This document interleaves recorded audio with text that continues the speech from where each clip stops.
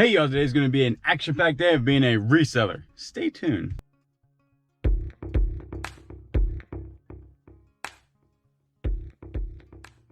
Alright guys, welcome. If you're new to the channel, my name is Julian, also known as the Beard Thrift Machine. Here on YouTube, and I buy stuff and flip it online and make YouTube videos about it. Today, I have a ton of stuff to do, and I'm gonna take you all along.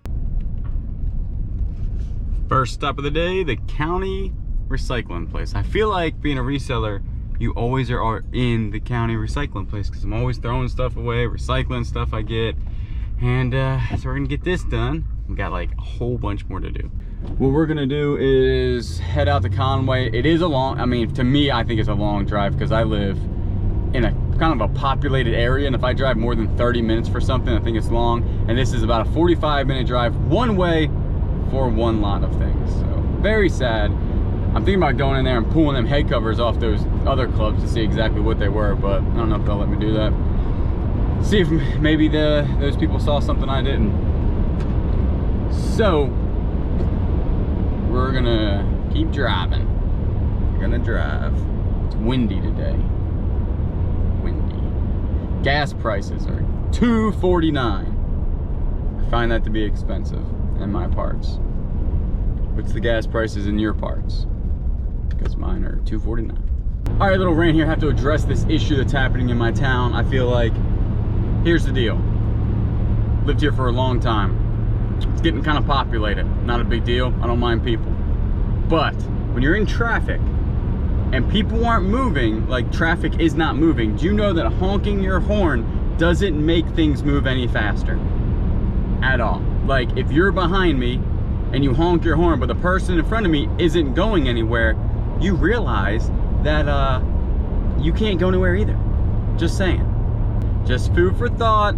Just always remember, patience goes a long way in this world. All right, so I'm back at the house and I picked up the one thing that I got from the auction. It was actually 2 lots. I forgot that I picked up another thing, but it's only golf clubs and I haven't looked at these. This is the pictures that I got basically.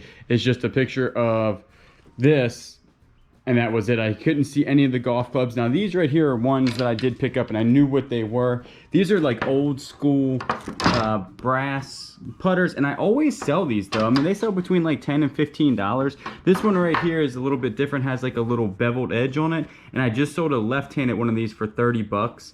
So this right here, even if they go for 10 bucks, that's $30 right there. And I did spend $57 all in on everything I'm about ready to show you. But I'm gonna go over the golf clubs and take them off and reveal them because I don't really know what they are. Now I did see this in the picture and I knew what this was right away because I just picked one of these up. This is one of those like belly putters, I call them, and it's from, this one's actually in super good condition.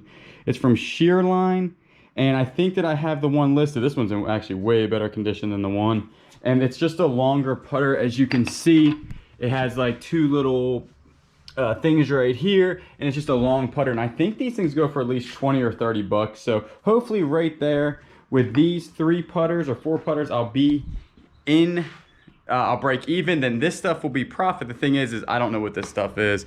So this right here is a 7 iron from Biltmore. It's not gonna be worth probably anything. It's got a training grip on it. That's what usually what that is right there, a training grip. Northwestern, not a good club, but it is a pitching wedge. Or chipper, no, sand wedge. I'll look that one up. Some sand wedges, even if they're not name brand, do go for some money. This one is a T-line chipper from Tommy Armour, which is actually not bad. Chippers do go for some decent amount of money. And oh my gosh, it's super short. What is this a female club? I'm gonna say this is a female club because that thing is tiny. These head covers are worth money, but this one has a hole in it. Actually, wait a second. That looks like it should be there. I'm guessing this one's still good. So this right here might go for like 10 bucks or something. So not bad. Definitely a keeper there. And this is a Dunlop. Dunlop isn't really like, this actually looks like a newer Dunlop. This isn't a name brand. I usually don't pick this stuff up, but this one's a pretty nice looking golf club. I'll have to comp that out and throw it up on the screen. This is decent looking. Linear Force. I don't know. I've never heard of it, but it might be worth something. Moving on. Here's another, that I'm sure that goes actually to that. All right, this one is a knockoff Callaway, the Steel Plus. This really isn't worth anything. That's a shame because it's in really good condition, like brand new. And this is what I thought this was gonna be, is a whole bunch of, yeah, that one's worth probably nothing. Another one worth nothing. That's a 7 wood. Some 7 woods can be worth something though. Yeah, these are all just not name brand, like all, you know, not name brand stuff. That one's not worth anything. Oh, there's a TaylorMade R7 draw. Who would have thought? Got lucky on that one. Oh, the grip is trash though, but that's okay. That might be at least worth 20 bucks or so, but not a bad thing right there.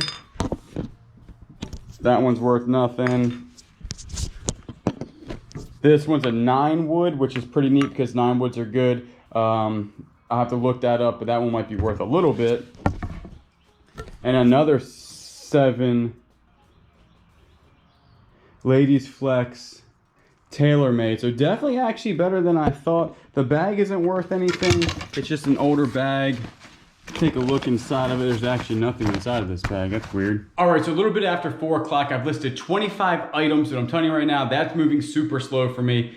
And people always ask, how do you list so fast, blah, blah, blah. What you need to do is have a system down. My system usually is that I prep and clean and test, and then I do that to a whole bunch of things, and then I list. So I need to do that at night, and then in the morning I can go ahead and list. And usually if you do that, you can list 20, 30, 40 items a day and really no problem. If you are doing what I'm doing today, which is cleaning, then listing, testing, then listing, takes forever. It's been about 5-6 hours. I only got 25 listings done, so definitely moving like a snail's pace today. But I will show you what I did list.